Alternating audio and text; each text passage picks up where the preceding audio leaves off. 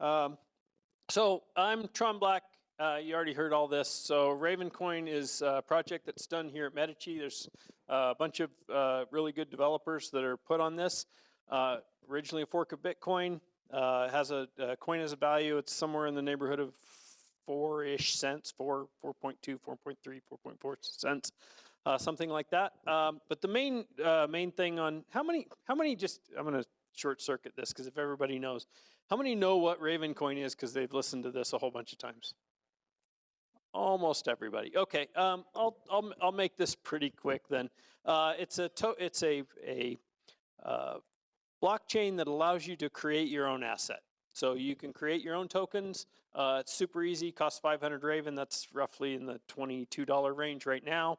And so you have Raven, and you say, I want a token named whatever you want to name it. Yeah, the name has to be unique. You put in how many you want, and whether it's reissuable, meaning you can make more, and you click go, and then you're the proud owner of these coins. What those coins are is kind of up to you, So, but they're now tokens that are sort of counterfeit-proof tokens that you can transfer and move around like Bitcoin. So that's really what Ravencoin is. We have a bunch of other stuff that we're kind of adding to it, the ability to do messaging, the ability to send dividends to people who hold the tokens, the ability to make tokens that are restricted and only get sent to certain addresses, and that's for regulatory purposes, but those tokens will be different. They'll have a $ at the beginning so everybody knows. So that's what Ravencoin is. Most of the people here have been to the Ravencoin Meetup, or I've talked about it here a bunch of times. So mostly what I'm going to do tonight is talk about new things that have been built on, for, or with Ravencoin. So these are projects that are kind of in progress, and so mostly I'll talk about those. I'm going to fly through these slides. Really quick. So there's 21 billion coins, 1-minute blocks, x16R mining, a larger reward. We do have all 6 platforms functioning. This one has not been released yet for assets, but you can store Raven on Android. You can store Raven and assets on iOS, Windows, Mac, Linux, and web. And that's actually, this one was a community developed project. There's actually 2 of them that you can store assets and Raven. And so I will talk about those more. The Android support with assets is in testing now, and it's doing pretty well. So that one will be available. If you just want to store Raven, you can do it now on the Android app. But if you want to store assets, meaning these other tokens that you've created or that someone else has created, you'll need the new one, and that's coming soon. These are just different uses for assets: gift cards, reward programs, tokenizing land, homes, cars, energy credits, gold. It's just if you're familiar with ERC20, it stores the same kind of things. It's just tokenizing. Has one additional really cool feature, though, that you can attach data to the issuance, and you can do this now. Data to the issuance of the token. That can be a document, it could be a PDF, it could be a 4K movie, it can be whatever. And that data is immutable, meaning you can't tamper with it because the hash of it is in the chain, and that points to the data that you download. So the big advantage of that is you can create a document that says this token means this, and then you can't change it later. Yeah, connecting crypto with the existing financial world is like a bit like mating a golden retriever with a squid. I was unable to find a picture of that.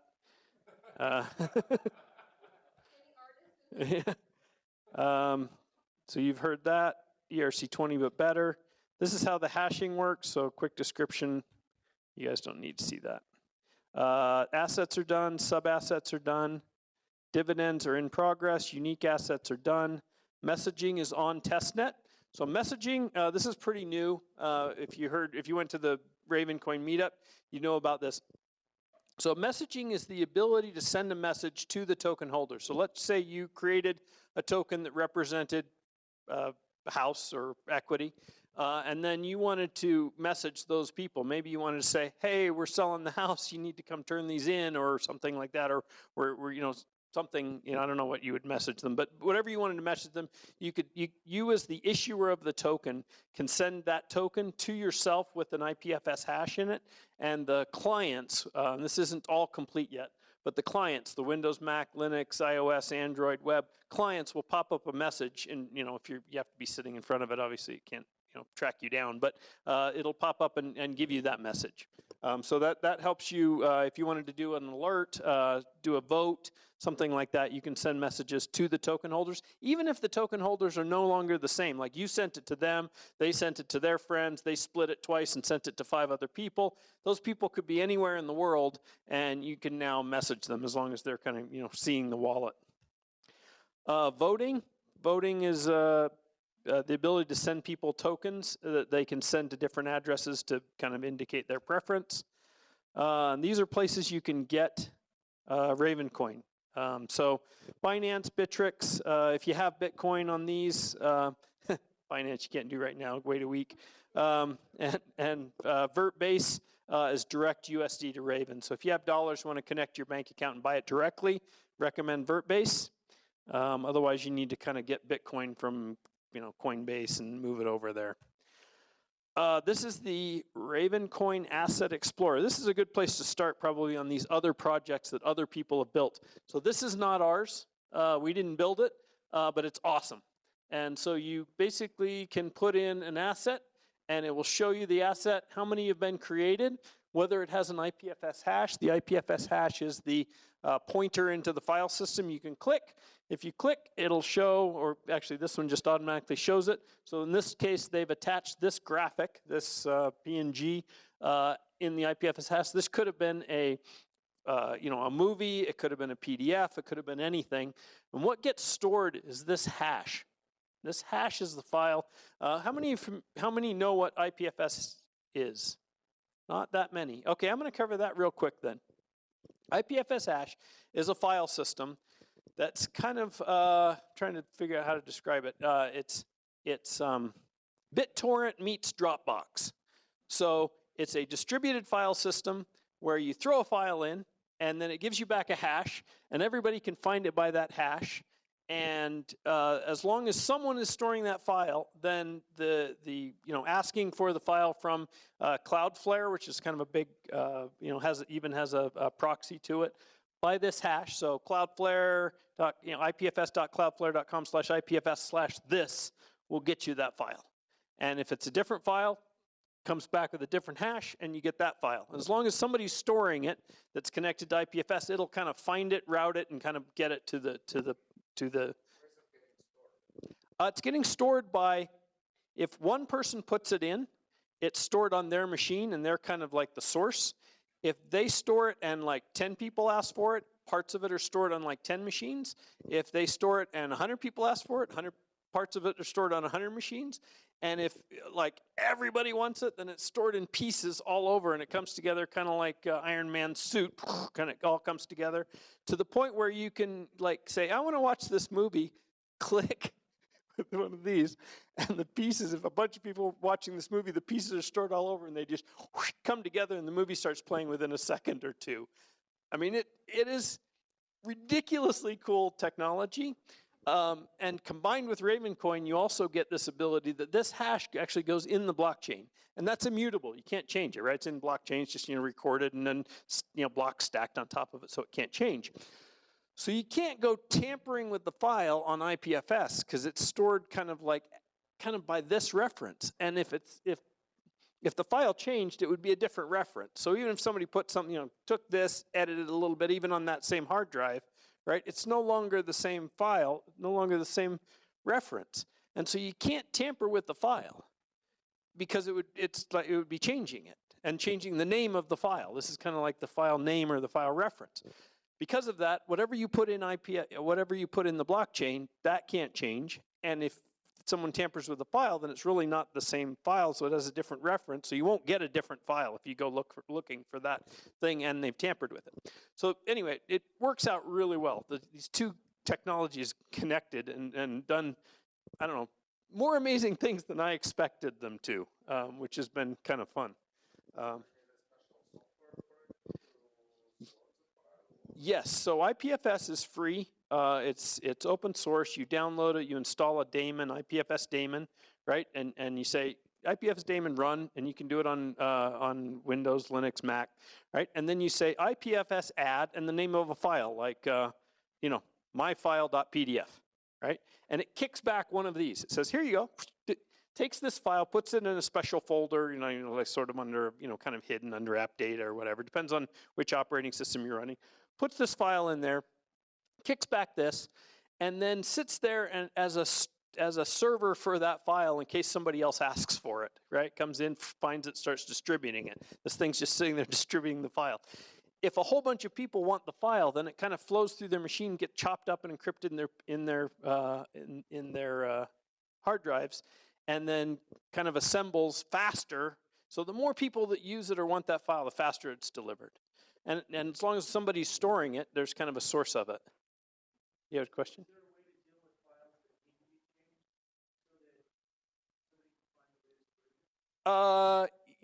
Sort of. So no, in IPFS, you can't just say, well, I want to change this file to something else. You could certainly make something that said, here's a list of the file versions. Here's a name, right? It could even be a Ravencoin name, right? And Ravencoin name. So you create this name, and then you keep your token reissuable, and you can change the IPFS hash. Well, it's not really changing it. It's a record. Like, this is what its original one was. You've changed it to this, 1,000 blocks later. So now you have, 2 IPFS hashes. The first one you created it with, and then you changed it later, which you can do as long as you leave the token reissuable. It will give you a different one of these if you put a different file in. So now you've got a history of all of the ones. Now, this Explorer will only show you the last one. But you could write your own Explorer that's monitoring the chain and saying this token has had 7 changes, and here's the last one, and you could roll back and that kind of thing.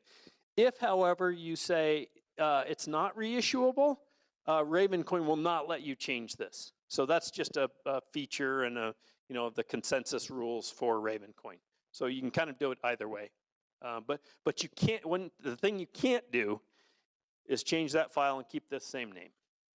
Right, so now you're just going from the reference name of like, okay, here's a token name, Raven logo, right, to this. You could change that if they left it reissuable, which they did, right? So that token is reissuable right up here.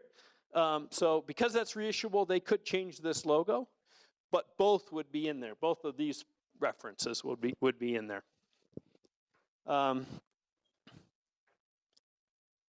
Yeah. I kind of jumped from the Raven Asset Explorer to IPFS, but that was probably helpful. There's currently 3,000 plus assets on there. 19,000. This is way old. Okay. There's 19,000 plus. Yep, there's 19,000 plus currently. Yeah, I think this is just a picture. I can pull it up. Here, let me do this.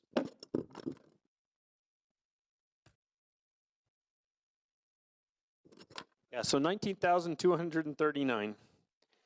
And it's a little scary being at work and clicking on these assets, because if I click on one, it's going to display whatever is in that IPFS hash.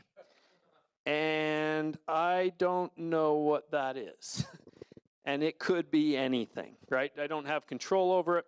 One thing we did do is we created a file format. This is JSON, so it's a file format that we recommend that says you should put in the name of the asset, the that's actually not our format.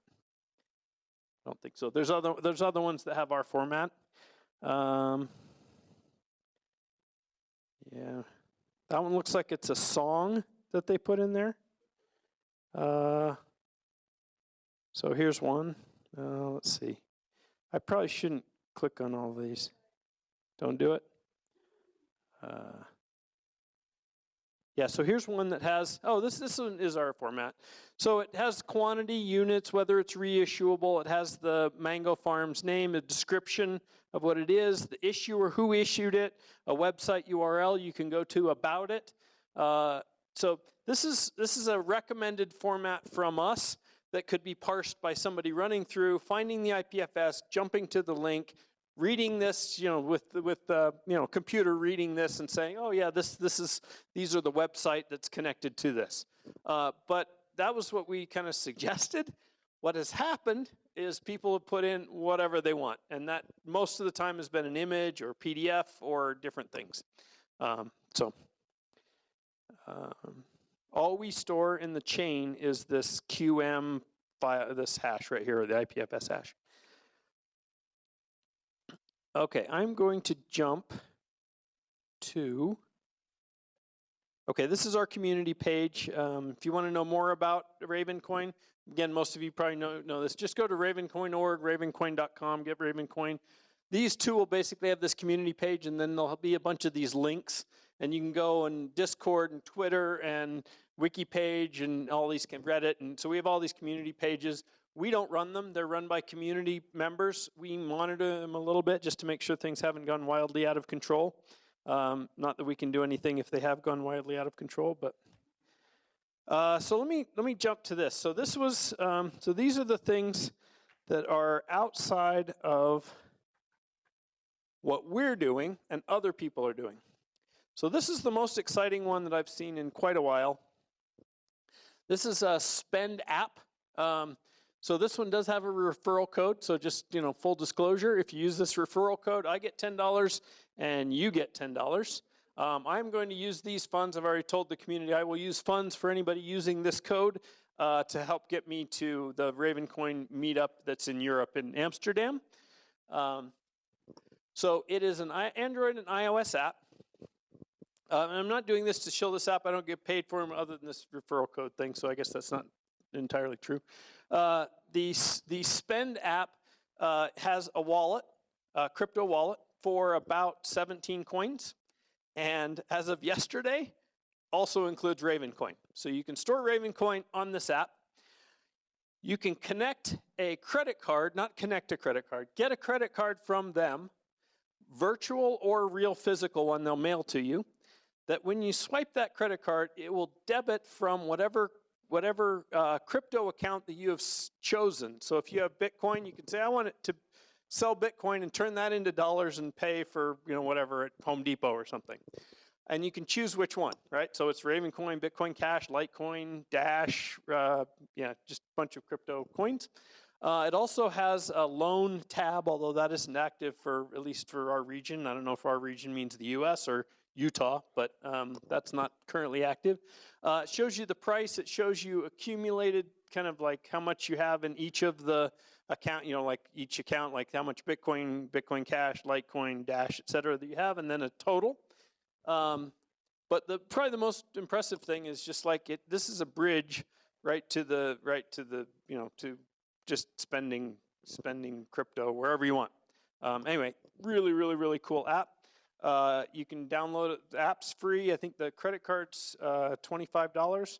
And then I think they even have a rewards program where you get some small amount when you spend with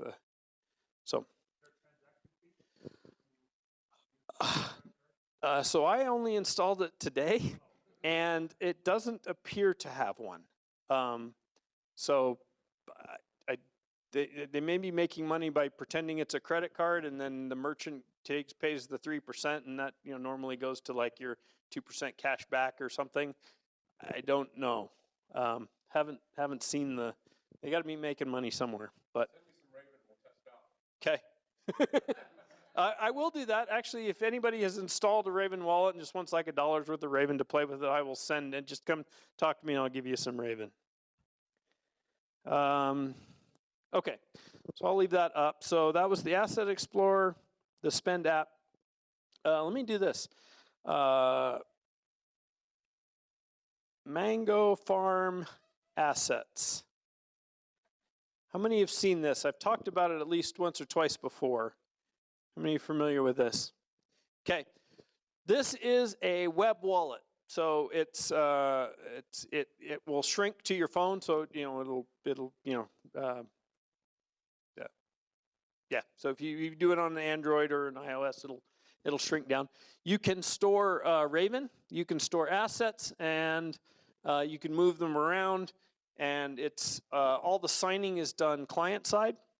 They do store your encrypted file of your private keys on their server, but they're encrypted with your passwords, an extra PIN for your private key, and that's stored in them when you put in your email and your password. Email sends the thing over, and it decrypts that and does everything and signs locally. And if you don't trust that, you can use their newest feature, which is, let me log out. Here, let me do it this way. You can store Raven on Trezor now? Yeah, through here.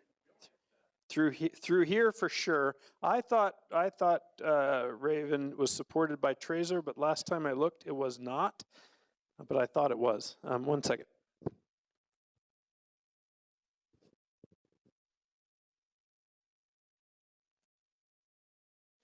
So, Trezor mode. Click. So this basically loads up the Trezor, and you connect your Trezor, and you can now store Raven, not assets unfortunately yet, but they're working on it. This is a problem with Trezor, so I think they've submitted a pull request to get that working. But yeah, you can support, this supports Trezor support. So it basically, your Trezor, it says, hey, can we send your public keys out? And you say yes, and it sends it over, and so the website will look everything up and show your balances, and then when you spend stuff, it'll pop up your Trezor, and you say, yep, I approve that transaction. And so yeah, so for sure through this, it's Trezor support. Yep. So anyway, that is really cool. And they also have an asset builder. This is, so remember I told you about that file format that we create that has all the different things in it? That's the things that you put in here. So your asset name, full asset name, description, issuer, website URL, contact information, the type, etc., an image URL, contact phone, whether it's restricted or not. So all of this you fill in. It creates that file format and submits it to IPFS and gives you back your IPFS thing, and then automatically creates your token. So this is a token issuance platform that you can use and play with, and it issues it kind of according to our standards. And then there's an asset viewer. So if you just type in an asset, you can click on that, and it will take that metadata that's stored in IPFS. And so this is the metadata. This is just one we created, MBI, Medici Ventures Inc. So it shows like the issuer that came out of the metadata, contact address, contact email, etc. And then it also has a thing where if you want to do like social media kind of thing, you can click on, I think, this link and send stuff out via Facebook and email and things like that. So that's Mango Farm Assets. So another project that's being built on top of Ravencoin is Cert. So this is the ability to kind of move a token that kind of represents the fact that you own a firearm. And so it moves, and then on the firearm would be a little laser etch thing that hopefully, as it gets bigger, the law enforcement would see that and say, hey, do you have the token kind of representative of this? So it's not tying to your name. They don't have to look stuff up, but they can kind of see that you're the real owner of a firearm without kind of knowing your name. So it's intended to be more privacy oriented, and it is being done by people who are very privacy oriented, kind of related to that. And then, so the Android wallet. So the Android wallet is, that is one that we're working on. And it is, I think I already mentioned this. So it's in testing now. And you can get the Android wallet now that stores Raven, but the Android wallet that stores assets, so the ability to send your assets around, that is coming very, very soon. There's a new update for iOS that's being tested. This will also be updated very soon. So it'll be very much like the iOS app that's currently out there, but it will support Sweep. Sweep, how many people know what Sweep is as far as, okay. So Sweep is where you have a private key and you want everything taken out of that private key and put into a private key that your phone holds. So it's different than just importing a private key. Let's say you had a private key like on a, like a paper wallet. You had the private key and you had funds in there, and there's an address and a private key. If you've ever printed out from like an ATM, you have a private key and a public key, and you can deposit to the public key and you can spend with the private key. So if you import that into your phone, right, and import, so it brings in the private key, and now your phone also has that private key. but then you left that on a table, right? Then someone says, oh, a private key, and they can spend your funds, and even though your phone all of a sudden just, the funds kind of disappeared. Your phone said, oh, I have the private key, scan the funds, I've got the funds.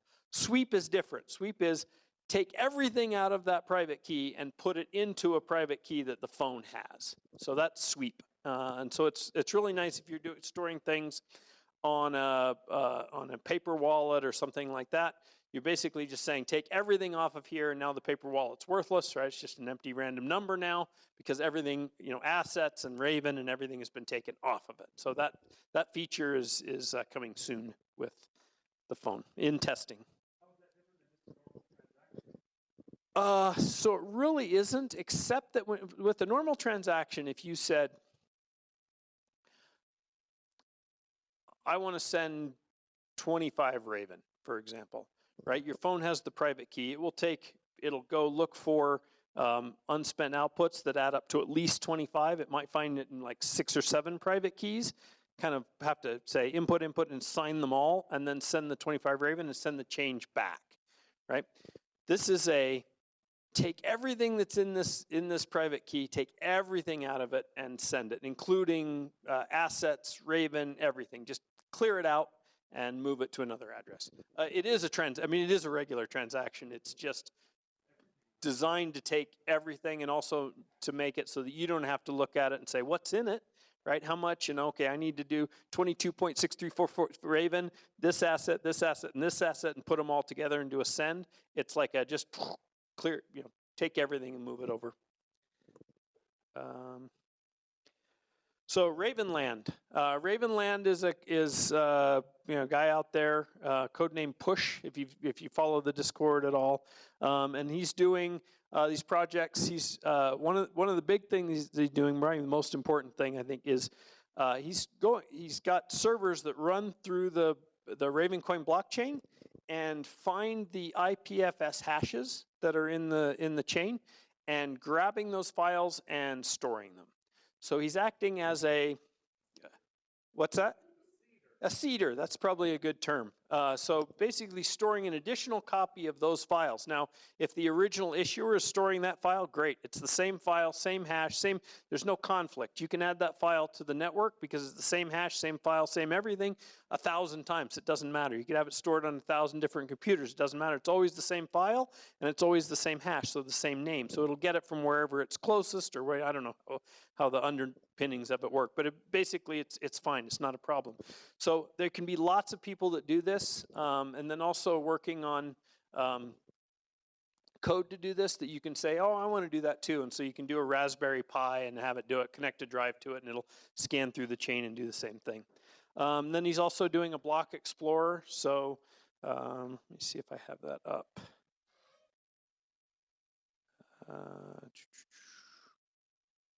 I do not. What's that?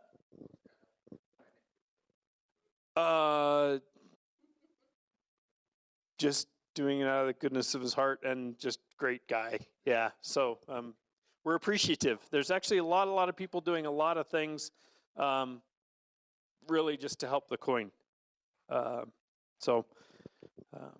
One second.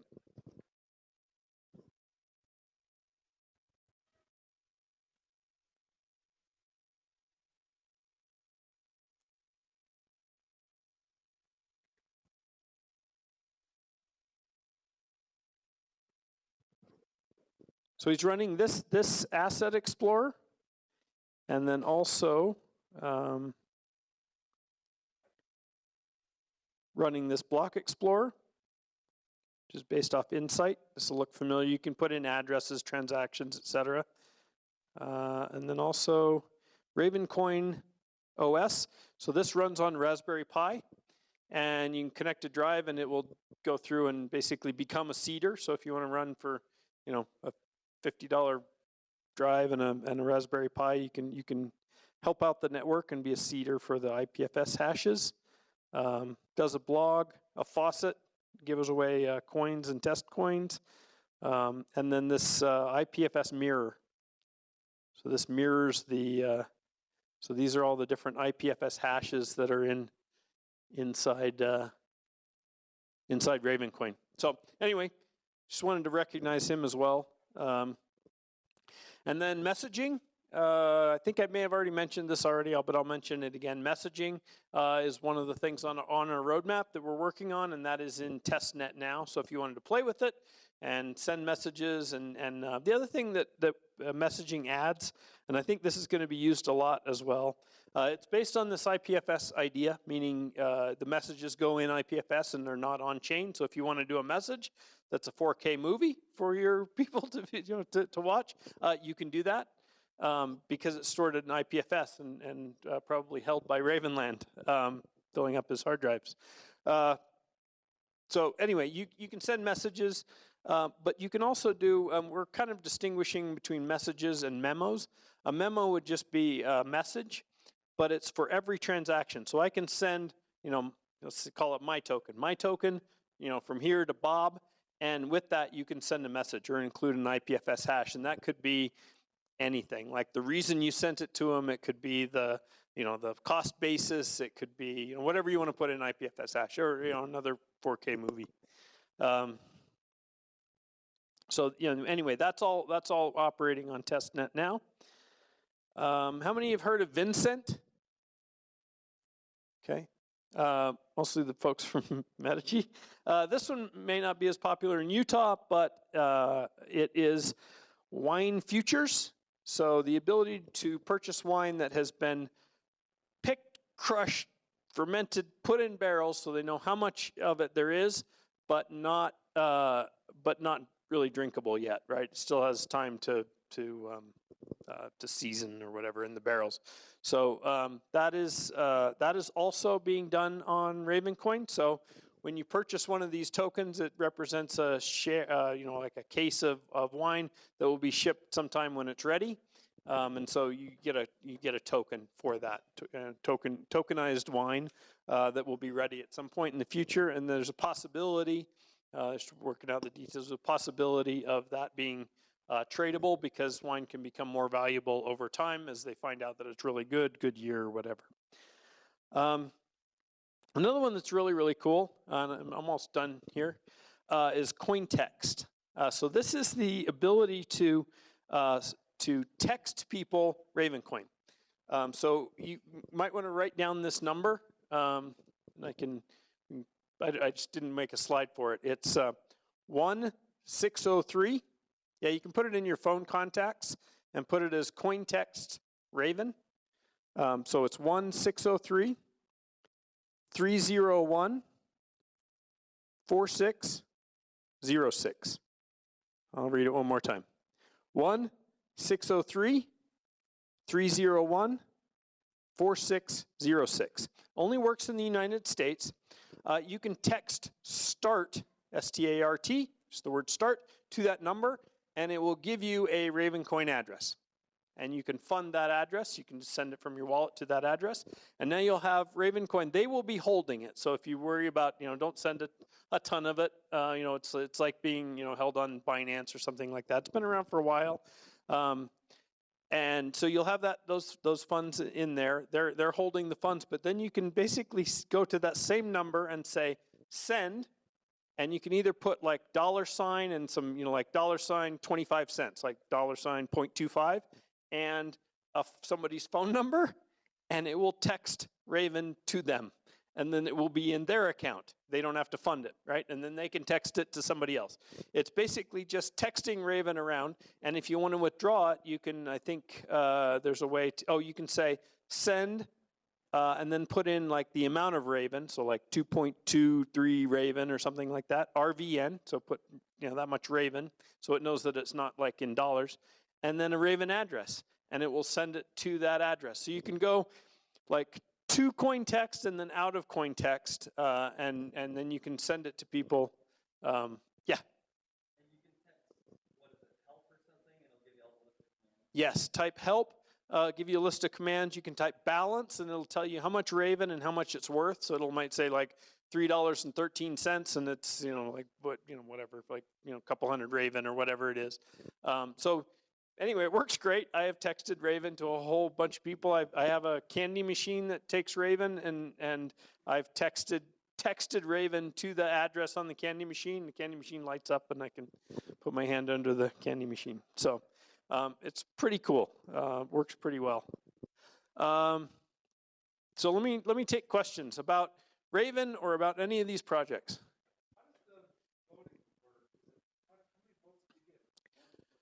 Yeah, so the voting isn't done yet.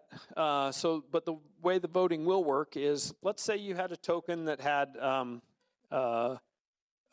like 50,000 units. You made 50,000 of them and you sent them to a whole bunch of people.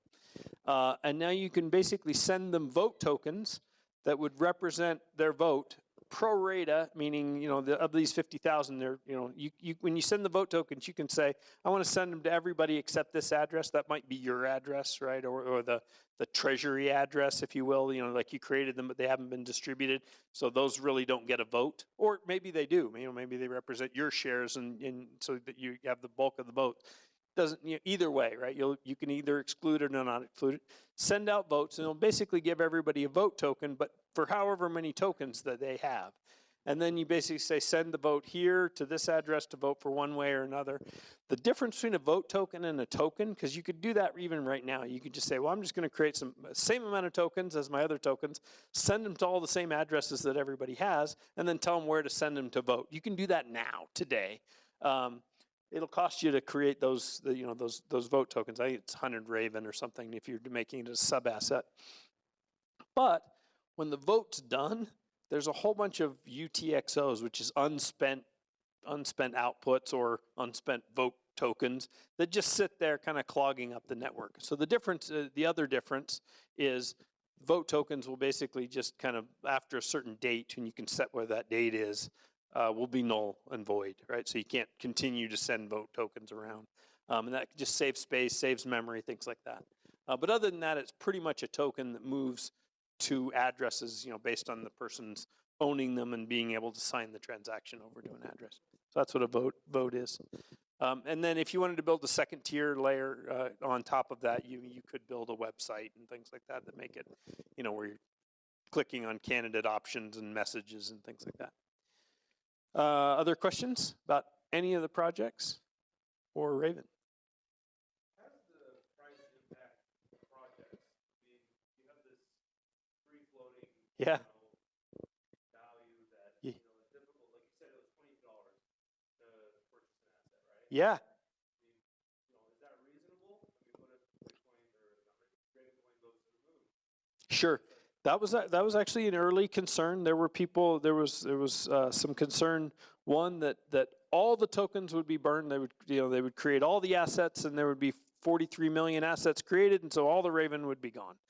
Not too concerned about that because I was going to hold some Raven, and they would as they would do it, and it was costing hundreds of thousands of dollars to create a new token. It wouldn't have been a problem, or it would have sold at that point.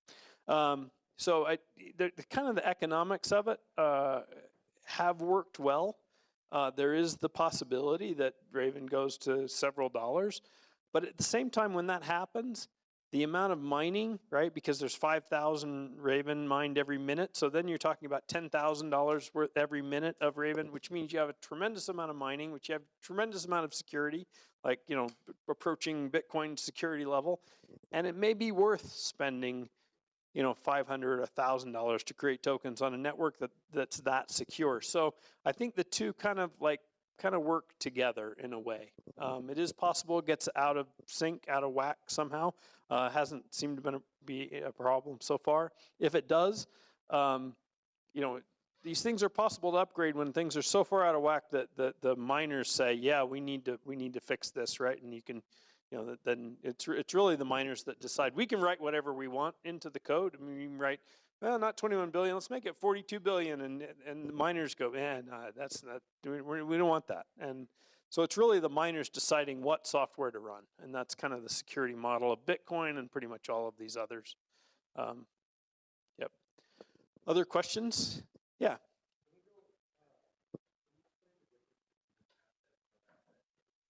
Absolutely, yeah. So an asset is a root level asset, meaning it's in the base. We'll call it namespace. So in the base namespace, a bunch of names have already been taken, right? You might say, I want I want the name food or something like that. And that name is likely taken, right? Or business or something, that, people are looking at the domain name space and saying that was valuable. And so they may have grabbed that name. For a sub asset, once then you do your name, Bob, and then everything under that, you get the entire namespace. So you can do Bob/food, and that's yours, right? And you have food in it, but it's kind of under almost like a subdirectory kind of thing. And you can actually create sub-assets of sub-assets. They're cheaper to create. They don't clog up the namespace, right? So food, you can create food and, different, whatever the, great names are under your namespace. And so that's, freely yours, and it's also cheaper. So every sub-asset is 100 Raven to create, whereas in the root namespace, those are 500.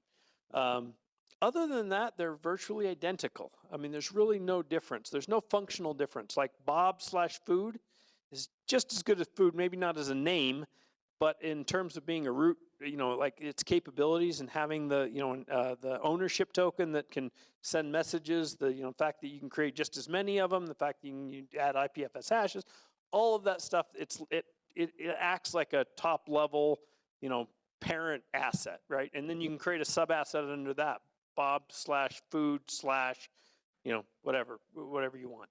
And you can do that. The only limitation is, I think, 30 characters. So if you do, the root level has to be at least 3 characters, and then after that, you can do 1 character. So the sub assets could be Bob/A. Once you own that, the owner of Bob/A can create Bob/A/B. And the owner of Bob/A/B has the ability to create Bob/A/B/C. And you can do that up to about 30 characters. And that's actually your limitation of you can't go forever, is 30 characters.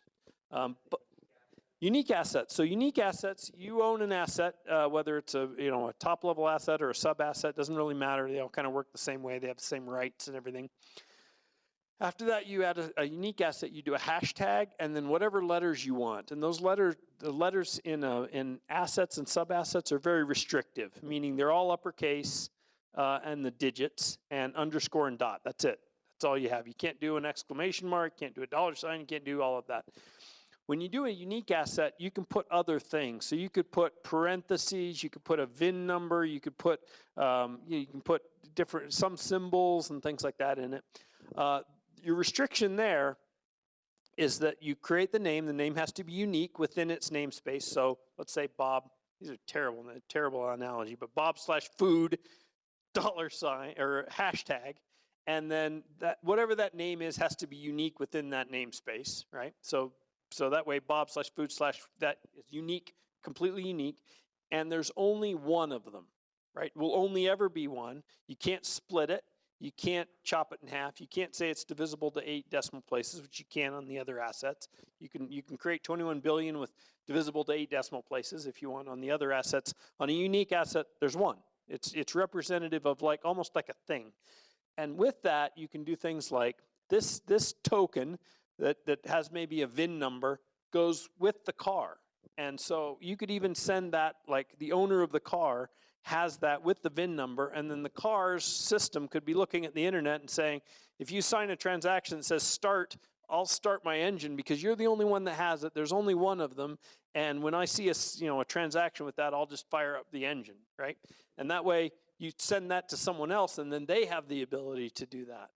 Or you can say it represents like a certificate of authenticity, and there's already people who have done that. They've done posters, prints of things, and they put the private key of the asset on the back. So the first person that scans it, they're the owner, and then they could say, this poster goes along with a proof of authenticity or certificate of authenticity, a digital one that you would send to the next owner. Things like that. I mean, there's different use cases. So yes, it would be. Right? There are only 5 Raven. There's only one of them. It's represented. Yeah, it's a good fit for that. Yep.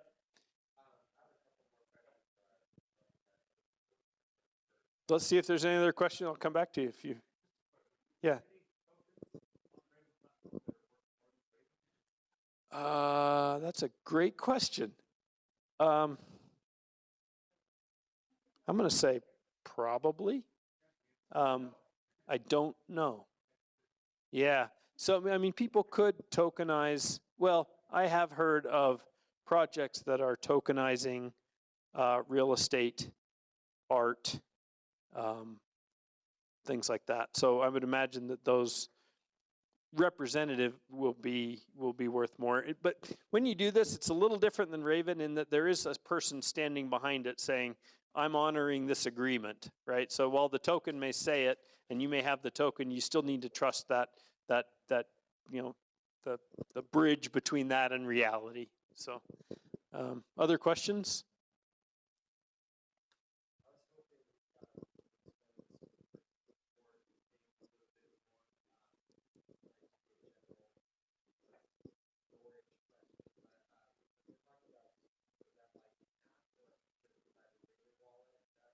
Yeah, so sweep, we'll call it a feature.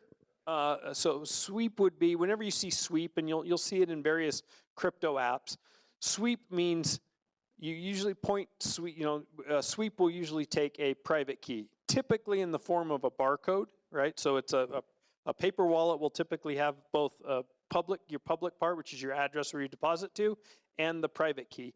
A sweep typically wants the private key, so that you point your app and say, take a picture and take the private key, and then just grab everything that's stored, with that is stored in the public key or whatever, but can be transferred using the private key. Take everything out of it and sweep it into the internal system. So into it, and usually with a lot of times with a wallet, you don't really see the private keys. A lot of times it's a seed, right? 12 words or something like that. Underneath, that's creating a bunch of private keys and a bunch of public addresses. It'll just pull it into the next public address typically, and just take everything out of the private, sign everything, grab everything out, and pull it into the. That way, your paper wallet now is empty. Whereas import, if you import it, it takes the private key, pulls it into the app, scans the chain for anything in there, and it might show up. Oh, you got you had 100 Raven or whatever, and shows up. The difference is that piece of paper that has the private key still has the private key. So if you left that somewhere or somebody took that, they could go sweep it or also import it. Now it looks like there's, they have it and you have it.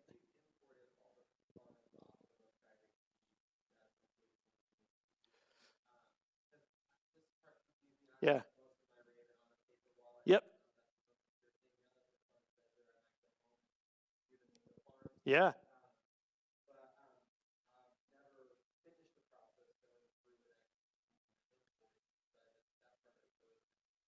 Okay.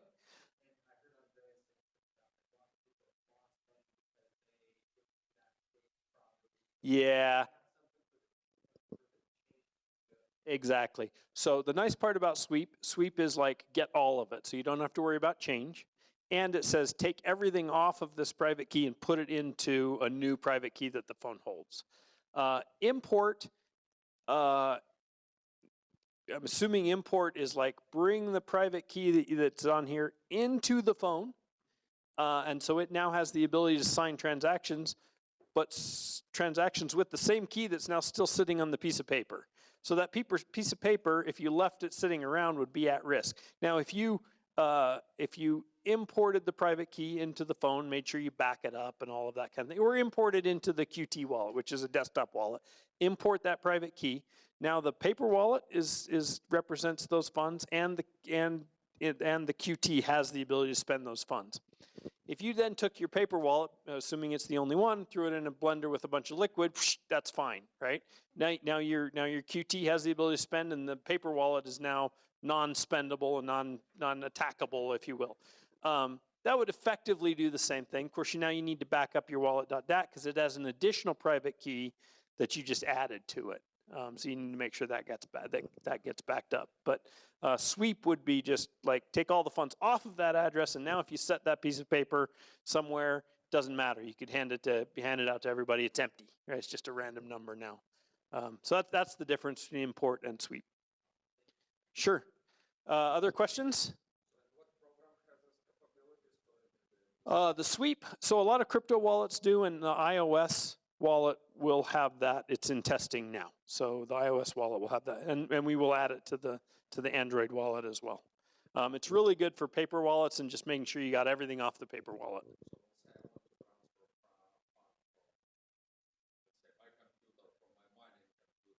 Yep. Yes. So if you had the private key that your mining computer is using and could display that as a barcode, then you could just sweep it from there over to your phone.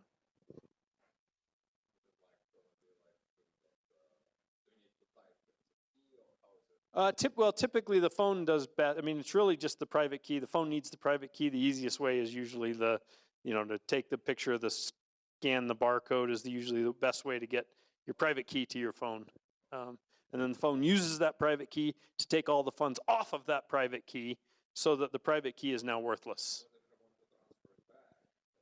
Then just hit send. You just type, the wallet does send, right? I mean, you just put in an address and send it.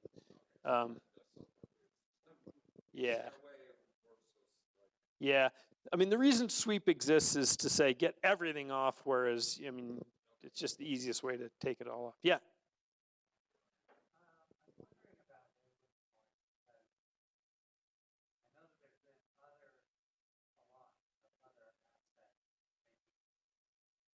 Mm-hmm. Yep.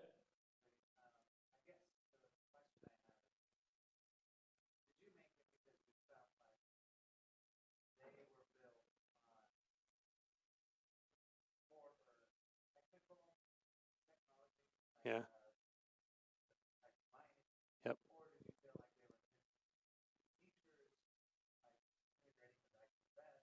Sure. The question is, there's lots of other asset capable coins.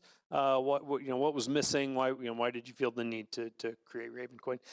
There were things missing. So the ones you kind of know about, that people hear about, Mastercoin, now Omni, Counterparty, ERC20, colored coins. There were deficiencies, I think, in those. One of them was the metadata. So the metadata in a lot of those is a shortened URL that basically pointed to a website that are almost all gone now. And so you say, what was this coin for? Go to this URL and it's like, invalid domain, or it's now bought by somebody else or whatever. So the metadata was kind of disappearing. It was also like a two-tiered system. And so a lot of them were built on top of Bitcoin. Bitcoin's super secure, network, and I don't say anything bad about Bitcoin. But when you have this second tier system that's basically scanning through the Bitcoin blockchain, and when you need to move an asset, it has this rule that says, for the Bitcoin network to keep track of this and to allow it, you need to send at least 546 Satoshis worth of Bitcoin. And so that moved with the asset.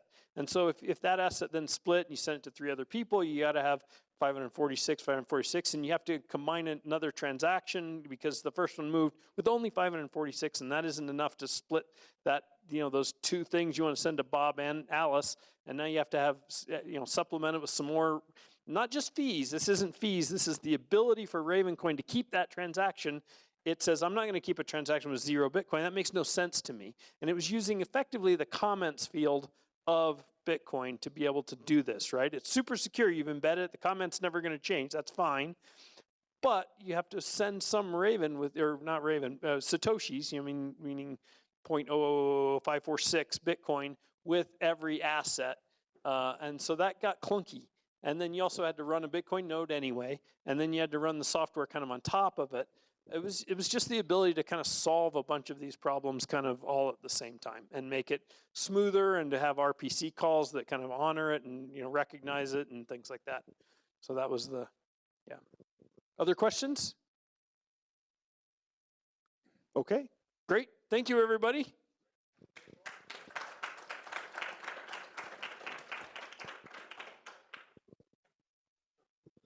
Thanks a lot, Tron. I appreciate it. Every time he gets on stage, it feels like I learned something new about Ravencoin. And I think most people know what Ravencoin is, but I still think that it's good that I think we get like sort of some inside scoops on what's happening in the space. That will be the presentation for today. I appreciate everyone coming to the Bitcoin Meetup. A lot of times people want to hang out afterwards, so it looks like we got about an hour, 30 minutes to an hour. So feel free to hang out amongst yourselves. A lot of good people here. Good networking. As always, if you guys need something, feel free to ask me, and I'm happy to see if I can try to help. But again, thanks for coming, guys. Appreciate it. Have a good night.